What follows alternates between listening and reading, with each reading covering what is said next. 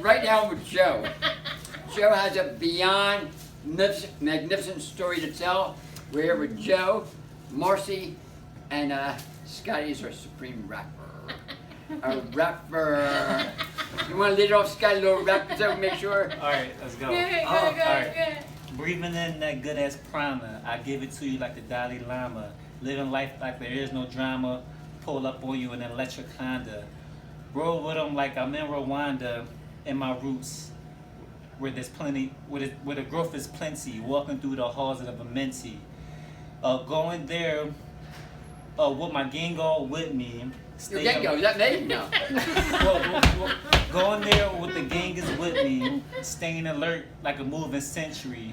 Catch up to me, it'll take a century. Oh. Okay, you have a magnificent story about diabetes, type 1. Get you're on. So I was diagnosed with type 1 diabetes when I was 6. 6 years old. I'm 33 now. And there's no hope, there's zero hope for that, right?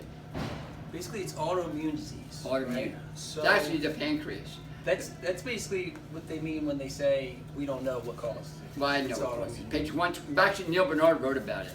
He says when people drink too much milk when they're young, they have something called the Oz of Wagner and have something similar to Oz of Wagner, same enzyme, whatever it is, the body destroys it and that prevents the insulin. I don't know, something like that. Yeah. Page 125, Neil Bernard, Food for Life. Get it. Look it up. Get it. So I went to a children's hospital in Philadelphia. I had Dr. Baker. At the time, he was considered one of the top 3 in the world for juvenile diabetes, type Right. 1 diabetes, right? Right. So it was a blessing learning from him. But basically, they told me you could eat whatever you want as long as you compensate with the insulin. Wow. Okay. So I did that for a long time, and I started to have like digestive issues, like loose stools, cholesterol, stuff like This is that. the top doctor in the world. One of When them. I was a child. When you were a child. He passed away, so I'm like probably Right. in my mid-20s at this point. Right. Wow. Okay. So you go to the doctors and they're like, all right, put you on cholesterol medicine, do this, do that. I just didn't feel right, you know? Right. So I started doing a lot of research, and I found you could do low carb, or I found a group of people doing whole food plant-based, right? So I actually found your YouTube channel. You found my YouTube channel. Yep. Like, this guy seems pretty cool. Yeah. Yeah. And, I talked about diabetes type 1 there too. Yeah. And I use a lot of your recipes for my smoothies. at Wow. home. Wow. And I adopted a whole food plant-based diet. And I learned that, what was your name again? Marcy? Marcy here is pre-diabetic.